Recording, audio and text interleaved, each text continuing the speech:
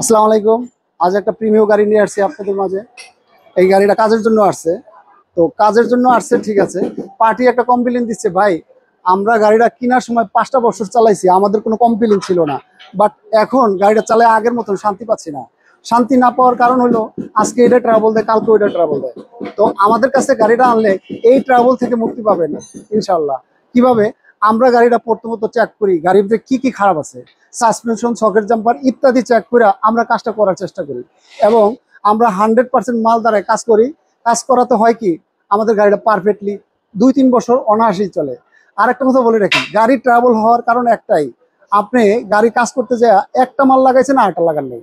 যেমন আপনি গাড়িটার কাজ জারিয়া করেন নাই, আমরা কাজটা করলে এভরিথিং ভাবে জারি, মানে গাড়িটার মধ্যে কি কি সমস্যা আছে, সমস্যাগুলো সব মালগুলা খুলি, খোলার পরে আবার নতুন করে নতুন মাল ইনস্টল করি। তাতে হয় কি, একটা গাড়ি 2-3 বছর অনায়াসই চলে। এখন আপনারা যদি মাল না দেন গাড়ির ভিতরে, তা গাড়ি কিভাবে চলবো? আরেকটা কথা বলে রাখি, রাস্তাঘাটের যে অবস্থা, সে অবস্থায় আপনার ভালো মাল দিতে হইব। তাইলে কাজ করলে আমারও নাম হবে এবং যে গাড়িটা চালাবে সেও শান্তি পাবে। আল্লাহ হাফেজ, আজকের মতো এই পর্যন্তই।